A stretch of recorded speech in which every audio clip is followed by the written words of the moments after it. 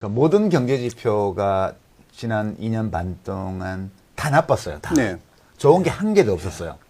그런데 제가 이 개업 사태 이후에 보면 그 많은 나쁜 경제 지표들 중에서도 특히 두 개가 이 계엄 사태 이후에 진짜 아주 결정타를 네. 먹은 것 같다. 첫 번째 내수고요. 네. 그 소비요, 소비.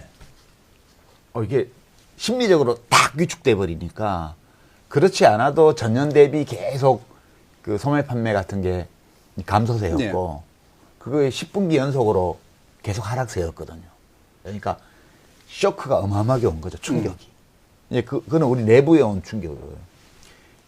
대외적으로도 보면 여러 가지 무역 지표도 나빴고 뭐 다 나빴어요. 다 나빴는데 이제 국가 신인도 네. 이거는 총체적인 거예요. 이게 뭐 무슨 뭐 반도체 수출이 안 된다 이런 거는 국지적인 거예요. 중요하긴 하지만. 근데 한국 경제라는 이 덩어리 전체에 대해서 믿고 거래할 수 있나 전화를 하고 그렇죠. 이렇게 되면 이 대외 경제와 관련되어 있는 모든 지표가 동시에 다 나빠지는 거예요. 싹 다. 그 지금 전에 뭐 농담 삼아 그 무슨 몇 시간 만에 계엄 2시간 반 만에 계엄 해제해 버리고 6시간 만에 이제 뭐 해제 의결하고 6시간 만에 계엄 해제하고 이러니까 농담 삼아 고장난 복사기 고치는 시간보다 더 적게 걸려가지고 문제를 해결했다 이런 게 있어서 예. 국제 신용평가사에서 좀 지켜보지 뭐 저게 네, 오래 그런 갈지 안 분위기 갈지 있죠. 이랬는데 이게 지금 한 달 넘게 갔잖아요 이미. 네. 그러니까 이거 복사기 고치는 것처럼 간단한 일이 아닌 것 같은데 음. 이렇게 되는 순간 이제 원화자산에 대한 투매가 시작이 되고 예. 여기에 국제 신용평가 기관들이 신용등급을 낮추게 되면 그때부터는 걷잡기가 어렵습니다. 그래서 지금 너무너무 위험한 상황에 와 있어요. 예. 그러니까 크게 두 축을 말씀 주셨어요. 하나는 이제 우리 이미 이제 위축되기 시작했던 내수 소비가 계엄령 발동 이후로 급격하게 위축되기 시작한 건 지표로도 보인다. 그리고 신인도 문제는 사실은 금방 드러나는 건 아니니까 이제 대외 기관들이 이제 지켜보겠다라고 생각했는데 이게 회복력이 없을 것 같은데 라는 식으로 아마 이제 가계대 공사이 굉장히 커졌다. 지금 약 아슬아슬해요. 네. 그렇죠. 이거는 아마 조만간 다른 지표로 아마 드러나게 될 것 같긴 한데 그 내수 얘기하면은 또 어떤 경제신문에서인가 이 얘기를 했습니다. 이게 시위 때문에 내수가 위축됐다. 그런 거 예. 말하면서 경제 전문가 행세하는 사람은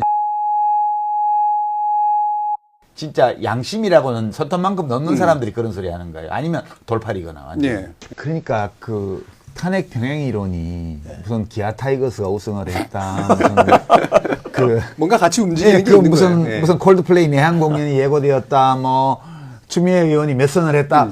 이런 게 아니고 사실은 진짜 병행 이론은 저 데이터예요. 지금 선생님 말씀하신 저 지출이 저렇게 소비 지출이 줄어드는 거는 예. 이 데이터에서 보면 소득이 줄어드는 거잖아요. 네, 우리가 그렇죠. 케인즈라는 대단한 경제학자가 그때 소비는 소득의 함수라고 딱 얘기를 했고 그건 지금까지 누구도 부정을 안 해요. 소비는 소득의 함수예요. 네. 그러니까 성장률이 낮아진다는 것은 소득이 늘어나지 않았다는 뜻이고요. 네. 소득이 늘어나지 않았는데 고소득 계층은 소득이 늘어나고 중산층 이하 줄어들었다. 이러면 소비는 그보다 더 많이 줄어들게 되어 있습니다. 왜냐하면 소득 중에서 소비하는 몫이 소득이 낮은 계층일수록 소비 비중이 크거든요. 지출 중에서. 네. 그런데 이 민간 가계 소득, 민간 가계의 총소득과 가처분 소득, 실질 소득 이게 다 마이너스가 됐는데 그 이유가 국힘당이 잡을 때마다 그런 거 아니에요? 지금 세부 데이터들이 또 있죠. 물가, 이제 그 임금 이런 세부 지표들이 있잖아요. 근데 일단 총체적으로 보면 우리가 이제 이 비교하는 이유가 꼭 성장률이 니네가 더 못해 이 얘기를 하는 게 아니고요. 그렇죠. 사실 국제 비교를 하기 위해서 우리가 달러 표시로 비고 1인당 GDP를 기준으로 보면 제일 많이 증가한 때가 노무현 정부 때예요. 네, 그렇죠. 그다음 많이 증가한 때가 김대중 정부 때예요. 그다음 많이 증가한 때가 문재인 정부 때예요. 그 지금 김영삼 이명박, 박근혜, 윤석열 이때는 심지어 내려가기도 하고 이렇습니다. 예. 그러니까 총체적으로 보면 이 보수 정부하고 진보 정부, 민주당 정부를 진보 정부라고 할 때 보수 정부하고 진보 정부가 국정을 운영하는 기간 동안에 총체적으로 어디가 성장률이 더 높았냐? 진보 정부 쪽이 성장률이 더 높았어요. 지금까지. 그게 데이터라고요. 예, 데이터로 명확히 그렇게 드러나죠. 예. 그리고 계속 서로 다른 경제 정책의 컨셉을 가지고 이제 경제를 운영을 했기 때문에 이제 우리가 한 7명, 8명 정도의 대통령을 배출을 하고 그 기간을 겪어봤으면 비교할 수 있는 데이터가 생겼잖아요. 예. 이제 이거를 저는 강조하고 싶은 거예요. 이게 순전히 우연한 요소라면 뭐 그렇게 될 수도 있겠죠. 그러나 40년 정도의 기간 동안에 두 정당이 번갈아 집권을 했는데 그 기간 전체를 통째로 해서 계산해 볼 때 민주당 정부의 성장률이 더 높았다면 거기는 뭔가 이유가 있는 거다. 예. 이 생각을 이제 우리 유권자들이 해볼 때가 됐다는 거예요. 동의합니다. 예, 어디가 옳고 그르고를 떠나서 논리적으로는 규명이 안 돼요. 예. 논리적으로 아무리 다퉈도 승복 안 합니다. 예. 그러니까 노태우 정부를 제외하고 나면 그 당시 네. 이제 사실 독재 연장에 더 가까웠으니까요.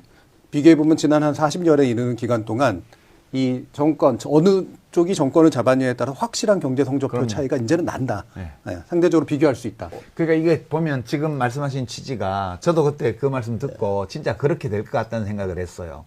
그러면 그거를 밖에서라도 메꿔야 되는데 바깥은 지금 말씀하신 게 미국의 안보 정책, 대외 군사 정책에 한국 경제를 종속시키는 바람에 노태우 대통령이 한중 수교하고 뭐 한러 수교하고 이렇게 해서 옛 사회주의 국가들하고 사이에 교역의 문을 연 이후로 우리가 거기서 엄청난 이득을 계속 봐왔었는데 거기서 이제 밑으로 꼬라박은 거예요.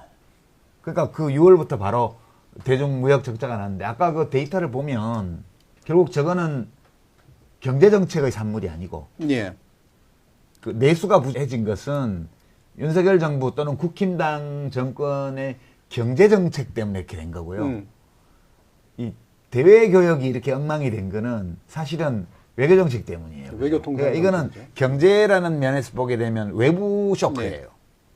경제정책으로 인해서 내수가 부진한 것이 내부적으로 발생한 결함이라면 이것은 국민경제 외부에서 비경제적인 이유 때문에 밖에서 쳐들어온 이렇게 외부 쇼크입니다. 네. 익스터널 쇼크. 이 두 개가 겹치면서 지난 총선에 이르기까지 한국 경제가 내리막을 걸었고 먹고 살기 힘들어졌기 때문에 사람들이 정부에 대해서 반감이 커졌고 예. 거기다가 윤석열과 그 윤석열 부부의 행태와 이 집권 여당과 집권 세력의 행태가 엉망이어서 눈밖에 난 거고 그래도 108석은 넘게 해줬잖아요.